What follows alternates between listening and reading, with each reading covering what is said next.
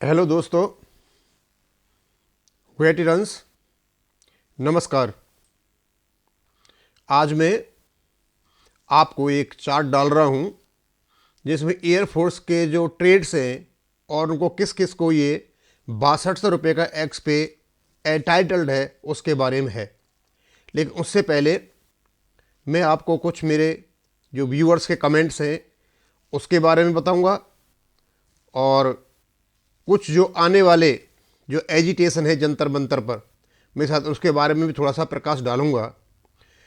मेरे YouTube पे कई प्रकार के कमेंट्स आते रहते हैं, आएंगे भी, और जो कमेंट्स वो करते हैं वो अपने उनके हिसाब से सही हैं। कई तो वर्तमान सरकार को हटाने की बातें करते हैं कि गुस्सा है, स्वाभाविक है, वो इसी प्रकार कहेंगे और गुस्से को और प्रकार से एक्सप्रेस भी नहीं किया जा सकता। कुछ मेरे व्यूअर्स कह रहे हैं साहब आप 20 तारीख को जंतर मंतर पर आइए, हमें किसी के साथ कहीं भी जाने में कोई आपत्ति नहीं है, क्योंकि इस समय जो परिस्थिति बनी हुई है JCOR के साथ, सारे JCOR जो लगभग 30 लाख हैं एक मंच पर आना चाहिए।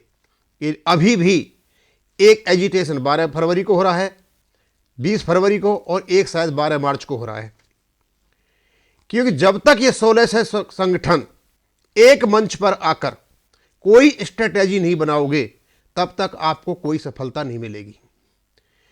प्रॉब्लम क्या है कि एक भी संगठन यदि अलग रहता है तो कोई स्ट्रेटेजी आप बनाओ, उसको फेल करने में वही काफ़ी है। हम तो सभी संगठनों से यही कहेंगे कि जितने भी इन संगठनों के चेयरमैन हैं ये आपस में बात करके कोई स्ट्रेटेजी बनाएं, कोई प्रोसीजर बनाएं, एक मंच पर आकर के अलग अलग अपने संगठनों को रखें, कोई फ्रंट बनाएं, एक पर्टिकुलर स्ट्रेटेजी बना करके आप सरकार पर दबाव डाल सकते हो। आप ये सोचते हो कि हम व्यक्तिगत रूप से जाएंगे, अपनी स्ट्रेंथ दिखाएंगे, कुछ अच्छा बोलेंगे, कुछ बुरा बोलेंगे, हम इनको दबा लेंगे। ऐसे सरकारें नहीं दबा सकती हैं और ना ऐसा संभव है। हमने डिसाइड किया है, हमारे चेयरमैन साहब ने भी बताया है कि हमारा पूर्ण सपोर्ट है, चाहे ये 20 तारीख वाला हो और चाहे ये 12 मार्च वाला हो।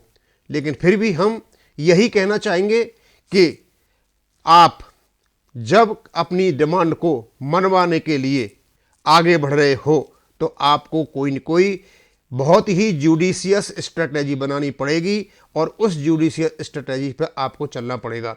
खैर देखें आगे क्या होता है, देखेंगे ज़रूर क्या होगा क्या नहीं होगा।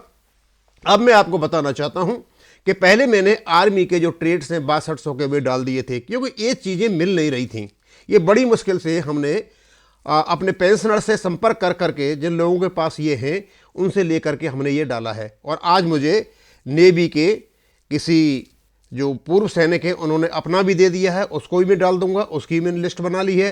तो कम से कम जो 6200 वाले ग्रुप हैं वो YouTube पर आ जाएंगे और आपको जानकारी भी होगी ये किस किस को अलाउड है। खास करके जो सर्विस कर रहे हैं उनको तो प्रॉब्लम है नहीं, लेकिन जो पहले सर्विस करके जा चुके हैं उनके लिए ये जानना जरूरी है। तो आप देखोगे कि एयरफोर्स के जो ट्रेड है जिसको 6200 है, इनमें कई प्रकार के लगभग 29 ट्रेड हैं और इनको जो एयरफोर्स के जो ट्रेड हैं सारे के सारे सबको 6200 है, केवल एक IAF गरुड़ को छोड़ करके। अब इनको आप पढ़ सकते हो बड़े आराम से। अब क्योंकि हो सकता है कि इनके शॉर्ट में है नाम, अब जो मैंने पढ़ा था वहाँ थोड़ा सा धुंधला धुंधला दिखाई दे रहा था, लेकिन फिर भी मैंने कोशिश की है कि शायद ये सही होगा और कहीं थोड़ा गलत हो तो जो एयरफोर्स वाले हैं वो खुद मुझे बता सकते हैं कि इस जगह पे ये गलती है, जिससे हम इसको सही कर सकें। तो पहला है इलेक्ट्रोफिट combination of radio fitter MFLI। अब ये उसमें ऐसे ही लिखा था, अब ये इलेक्ट्रो है कि इलेक्ट्रो, इसका मुझे पता नहीं। दूसरा radio fit, RDO fit, struck fit, AF fit, prof fit, engineering fit, English fitter, weapon fitter और फिर अगेन वेपन फिटर। अब इनके अलग अलग होते होंगे और मैंने थोड़ा सा इनको अलग अलग कलर में इसलिए कर दिया है कि थोड़ा सा पता चले कि हाँ ये है, और उसका कोई मतलब नहीं है, आप पढ़ने में आप आराम से आ जाएं। Auto fitter, MT fitter, WS fitter, WS fitter, fitter C और फिर WS फिटर बी और WS fitter C, electric fitter, photo fitter, electric fitter, instrumental fitter, photo fitter, MF एक में ही आ जाते हैं और फिर ये अलग अलग भी हो जाते हैं। अब मुझे पता नहीं उनका यहाँ पर कैसा होता होगा, एयरफोर्स में उनके अलग अलग ट्रेड हैं और अलग अलग उनके काम होते होंगे।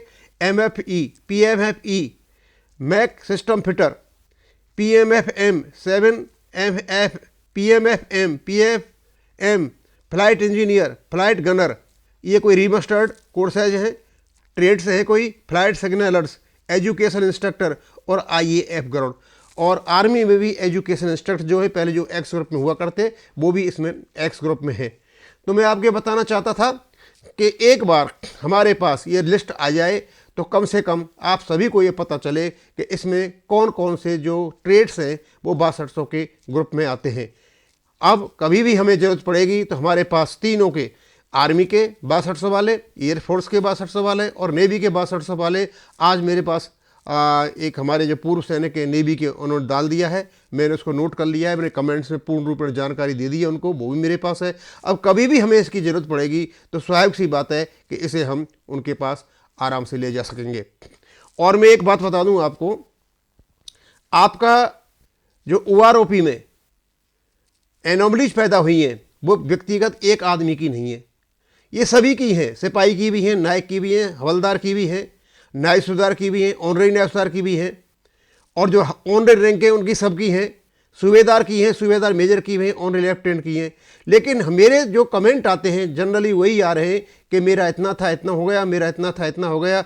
आपका और मेरा, अब मैं आपको बता दूं कि मुझे 2 पैसे का फ़ायदा नहीं है और मेरी पहले वाली जो पे है जो OROP 1 में थी उनमें कम से कम 2000 के आसपास उसमें मतलब कमी हुई है। लेकिन फिर भी मैं कोशिश कर रहा हूं, फिर भी मैं ये कोशिश कर रहा हूं कि हमारी जो समस्याएं हैं हम भारत सरकार उनको पहुंचा सके। हम सुबह साहब यही कर रहे हैं। मैं ये बिल्कुल नहीं सोच रहा कि मुझे मेरा कम हो गया, कोई खास फर्क नहीं पड़ता मेरे पे। 2-3 हज़ार रुपये का मुझे नुकसान हो भी जाए, मान ले बढ़ भी जाती मुझे तो 2-3 हज़ार रुपये बढ़ती, उससे ज़्यादा नहीं बढ़ती। अब 2-3 हज़ार नहीं बढ़ा तो इसका मतलब ये नहीं है कि मैं एकदम डिस्करेज होकर के और मतलब सारा काम छोड़ करके और ये काम मैं काम कर रहा हूँ और मैं काम करता रहूँगा, क्योंकि हम हमारे जो भाई हैं, हमारे जो सैनिक हैं, उनके वेलफेयर के लिए काम कर रहे हैं, क्योंकि हम चीज़ों को जानते हैं, इसलिए हम यहाँ पर लगे हुए हैं। नहीं जानते तो शायद हो सकता है कि हम आपकी सेवा नहीं कर पाते। तो आप जब सभी जितने भी सैनिक संगठनों से ही चेयरमैन और जितने भी इनके जो जनरल सेक्रेटरी हैं, वाइस चेयरमैन हैं, जब तक ये आपस में मिल करके एक संयुक्त मोर्चा नहीं बनाएंगे, एक कोई कंप्लीट स्ट्रेटजी नहीं बनाएंगे, आप किसी भी सरकार को दबा नहीं सकते हो। और ये एक दिन का काम नहीं है। मैंने आपको पहले ही कहा था हमारी 30 लाख की नफरी है कम से कम, और जब 30 लाख एक जगह आओगे तो सबसे पहले आपको अपने लिए फाइनेंस का इंतजाम करना पड़ेगा। जिस दिन आप फाइनेंशियली स्ट्रांग हो जाओगे उस दिन आपके पास एक बड़ी ताकत होगी, आप जगह जगह अपने दफ्तर बना सकोगे और आप किसी भी केस को किसी भी भारत सरकार के कोर्ट में लड़ सकते हो और अपने भाइयों को आप बेनिफिट दिला सकते हो। अदरवाइज जिस प्रकार हम फाइनेंशियली वीक हैं और बिखरे पड़े हुए हैं जगह जगह जगह जगह, तो ये हमारे लिए सबसे बड़ी कमजोरी की बात है।